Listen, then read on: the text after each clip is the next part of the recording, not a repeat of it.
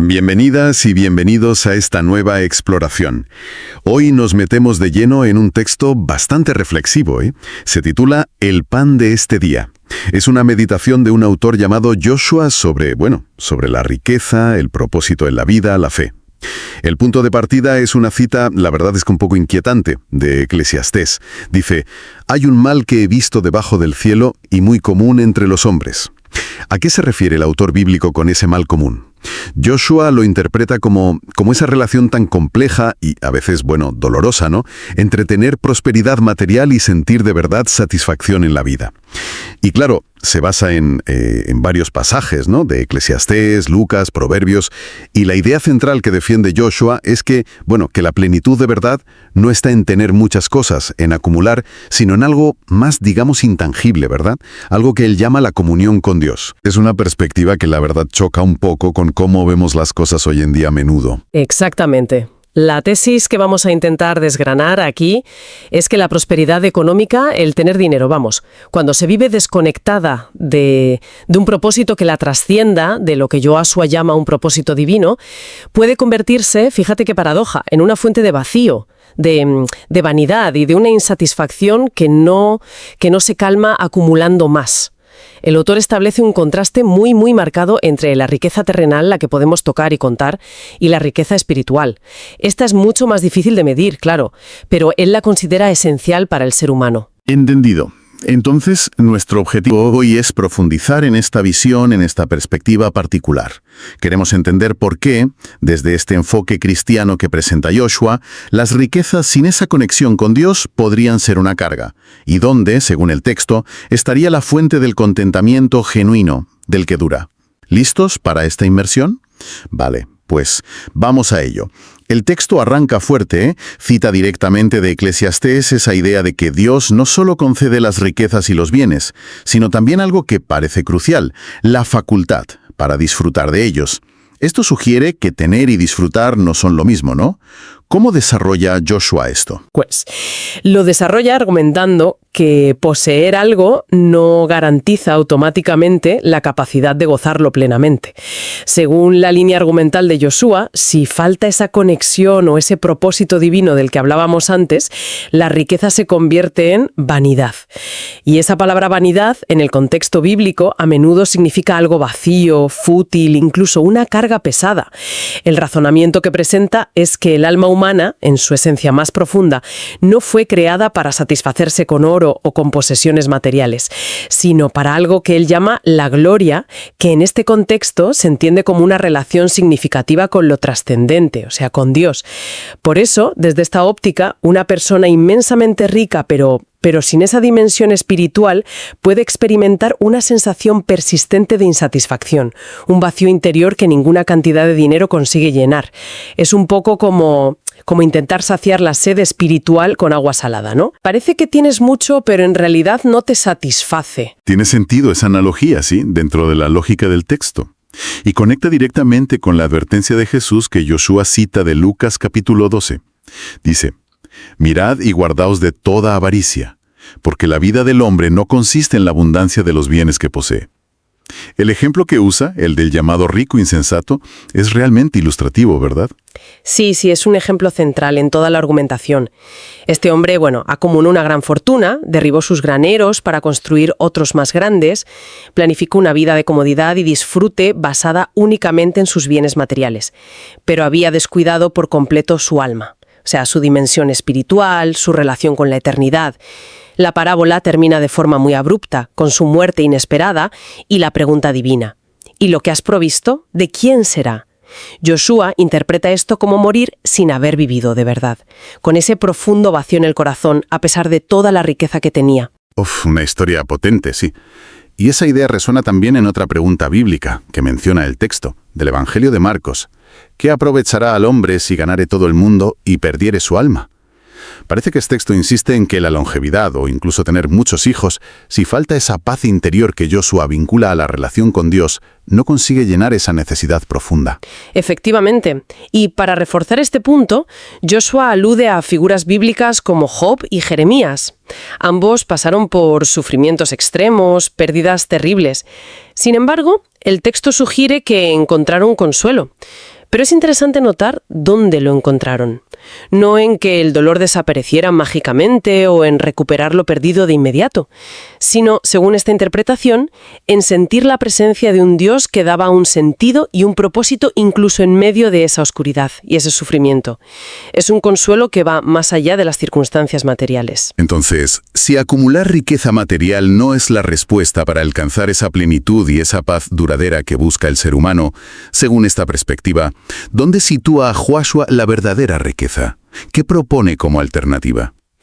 A ver, la propuesta de Joshua se centra en dos aspectos, que están íntimamente ligados.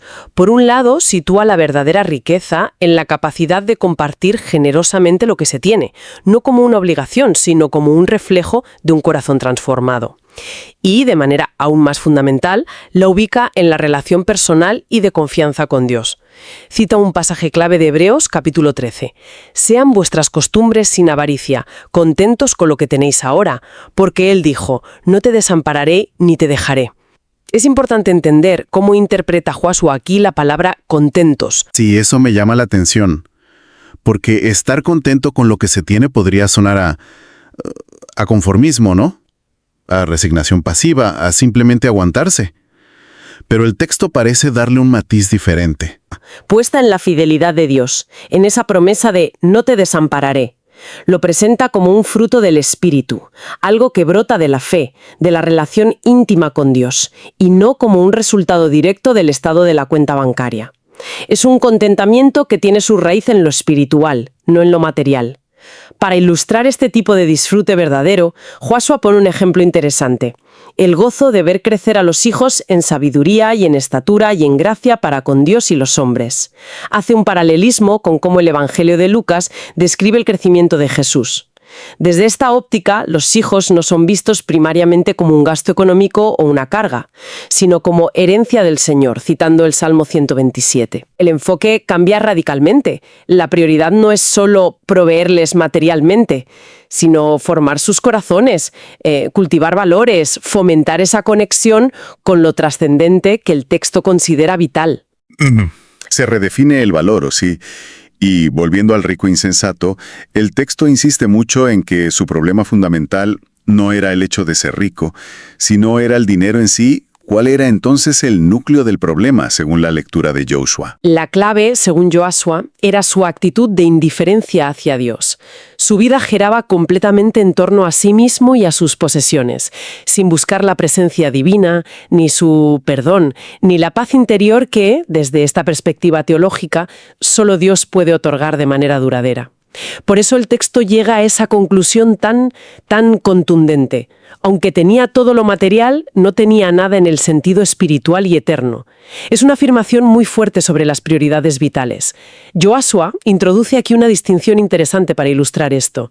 Señala que un filántropo puede donar grandes sumas de dinero por diversos motivos, reconocimiento social, desgravación fiscal, lo que sea, sin que necesariamente haya un amor genuino detrás de ese acto. En cambio, el justo, en la terminología bíblica que usa el texto, refiriéndose a la persona que vive en relación correcta con Dios, ama al dar. El acto de compartir no es solo una transacción, sino que está imbuido de un propósito superior, de un amor que busca el bien del otro y la gloria de Dios. El dinero, por tanto, se ve como una herramienta, un medio que puede y debe ser usado para fines nobles, no como un fin en sí mismo, que acabe dominando el corazón. Una herramienta, no un ídolo. Eso nos lleva a otra advertencia clara que aparece en el texto sobre el peligro inherente a las riquezas. No por ser riquezas, sino por el lugar que pueden ocupar en el corazón humano. Se cita Eclesiastés 5. Hay un mal doloroso que he visto debajo del sol. Las riquezas guardadas por sus dueños para su mal. Eso suena bastante paradójico, ¿no? Riquezas guardadas para el propio mal del dueño. Sí, suena fuerte y contraintuitivo, pero se alinea con la advertencia central del texto. Y Josué refuerza esta idea citando un pasaje muy conocido del Nuevo Testamento, de la primera carta a Timoteo, capítulo 6, que advierte sobre cómo los que quieren enriquecerse caen en tentación y lazo, y en muchas codicias necias y dañosas que hunden a los hombres en destrucción y perdición. Este pasaje culmina con la famosa afirmación, porque raíz de todos los males es el amor al dinero. Aquí es fundamental la matización que hace Josué, siguiendo la interpretación teológica habitual de este versículo. No afirma que el dinero en sí mismo sea la raíz de todos los males. Eso sería una simplificación. Lo que identifica como la raíz del problema es el amor al dinero, filarguria en griego, es decir, la avaricia, el deseo desordenado de acumular. La actitud del corazón que pone al dinero en un pedestal, que lo entroniza, convirtiéndolo en el objetivo principal de la vida por encima de Dios, de las personas y de los valores éticos. Es esa idolatría del dinero, no el dinero como tal, lo que se considera espiritualmente peligroso y potencialmente destructivo. Entendido el matiz, es el amor al dinero, la codicia, el problema central. Mirando más allá de la gestión de los bienes en esta vida, ¿qué perspectiva ofrece el texto de Josué a largo plazo? ¿Hay una visión que trascienda lo puramente terrenal? Definitivamente. El texto adopta una perspectiva claramente eterna. Menciona, por ejemplo, una profecía del libro de Ezequiel, capítulo 7. Describe un futuro día de juicio divino. En ese día, según la profecía, la gente arrojará su oro y su plata a las calles como si fueran basura, porque se darán cuenta de que esos metales preciosos son totalmente inútiles para salvarles, para satisfacer sus necesidades más profundas o para librarles de las consecuencias de sus actos. Se les despoja de todo valor, porque desde la óptica del texto nunca tuvieron un valor eterno intrínseco. La afirmación central que recorre todo el escrito de Josué es que solo una relación con Cristo puede llenar ese vacío existencial del alma humana. Ese anhelo de significado, paz y seguridad que las riquezas materiales, por abundantes que sean, no pueden satisfacer de forma permanente. Se apoya también en versículos como el Salmo 37:16. Mejor es lo poco del justo que las riquezas de muchos pecadores. ¿Por qué sería mejor lo poco del justo? Porque según esta visión de fe, lo que tiene el justo, aunque sea poco materialmente, está consagrado, bendecido y multiplicado por manos santas. Es decir, tiene una cualidad, un propósito y una bendición divina que trascienden su valor puramente monetario. El final del texto es muy directo, sí. Concluye con una llamada explícita a buscar a Jesucristo, a quien presenta como la respuesta definitiva. Lo describe como aquel que ofrece tanto pan para esta vida, es decir, el sustento necesario y la ayuda para las necesidades diarias, como, y sobre todo, vida eterna en su presencia. Y remata con una cita de la primera carta de Juan. El que tiene al Hijo tiene la vida, el que no tiene al Hijo de Dios no tiene la vida. No deja lugar a dudas sobre cuál es la conclusión del autor. Así es una conclusión muy enfocada. Pero justo antes de llegar a esa afirmación final, Josué plantea dos preguntas que funcionan como un espejo, como una especie de examen de conciencia para quien lee. Condensan todo el mensaje central del texto y, como bien sugerías antes, vale mucho la pena detenerse en ellas, porque invitan a una reflexión personal muy profunda sobre las propias motivaciones, prioridades y el uso que hacemos de nuestros recursos. Cierto. Esas preguntas son como el corazón práctico de la reflexión. La primera interpela directamente. ¿Se está buscando en las riquezas terrenales, en las posesiones, en el estatus? Una satisfacción, una seguridad, una felicidad que, según esta perspectiva, solo puede venir de Dios. Es una invitación directa a examinar dónde hemos puesto nuestra esperanza fundamental. ¿Confiamos más en la aparente solidez de lo material o buscamos activamente esa comunión espiritual que el texto presenta como la única fuente verdadera y duradera de gozo y paz interior? Y la segunda pregunta es igualmente directa y muy práctica. ¿Cómo se están usando las bendiciones recibidas? Y aquí bendiciones se entiende en un sentido amplio, no solo el dinero, sino también el tiempo, los talentos, las oportunidades, las relaciones. La cuestión que plantea Josué es si todos esos recursos se están canalizando de manera intencional para glorificar a Dios, según la comprensión cristiana, claro, para edificar a la familia en un sentido integral, no solo proveer económicamente, sino formar en valores, dedicar tiempo de calidad y para bendecir servir al prójimo, para contribuir al bien común.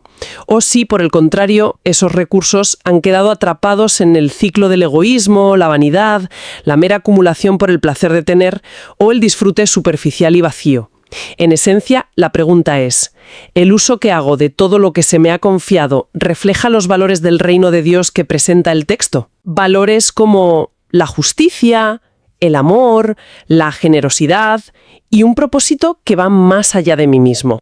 Son preguntas diseñadas para confrontar y reorientar. Queda claro.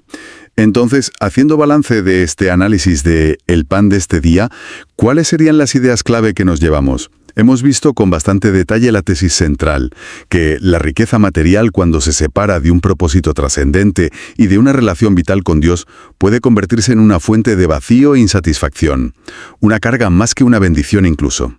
También hemos profundizado en la idea de que el verdadero contentamiento, desde la perspectiva de Josué y los textos bíblicos que cita, no depende directamente de la cantidad de posesiones, sino que es un fruto de la fe, de una confianza activa y constante en la provisión y fidelidad de Dios.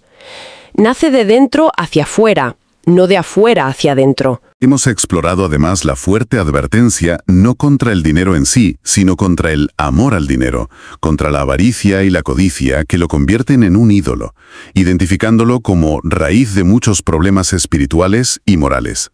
Y hemos contrastado esto con la visión del dinero como una herramienta que puede usarse para bien, para expresar amor y cumplir un propósito divino. Y finalmente, hemos visto cómo el texto ofrece una perspectiva de riqueza espiritual, de paz interior y de propósito eterno que trasciende completamente lo material y lo temporal. Las dos preguntas finales que plantea Joshua actúan como una llamada a la acción, una invitación potente a la introspección sincera sobre nuestras motivaciones más profundas y el uso concreto que damos a los recursos que administramos. En definitiva, la reflexión de Joshua nos deja resonando esa idea nuclear. Desde esta visión de fe cristiana, la satisfacción duradera, el propósito vital auténtico y la verdadera riqueza no se encuentran en la acumulación material ni en el éxito según los estándares del mundo, sino fundamentalmente en la conexión con lo divino, en cultivar esa relación personal con Dios a través de Jesucristo. Quizás para seguir dándole vueltas a estas ideas, después de nuestra conversación, podríamos dejar planteada una última cuestión. Surge directamente de la lógica del texto. Si aceptamos la premisa de Joshua de que las riquezas terrenales son, por naturaleza, temporales y limitadas en su capacidad para darnos paz profunda y satisfacción duradera, entonces la pregunta práctica sería: ¿de qué maneras concretas, en nuestras decisiones y acciones de cada día, en cómo usamos nuestro tiempo, nuestro dinero, nuestras habilidades, estamos realmente invirtiendo, consciente o inconscientemente, en esa dimensión espiritual o eterna que el autor considera la fuente de la verdadera vida y del gozo que perdura? Es decir, si esa es la prioridad declarada, ¿cómo se refleja eso en la realidad cotidiana? Una pregunta para la reflexión personal, desde luego.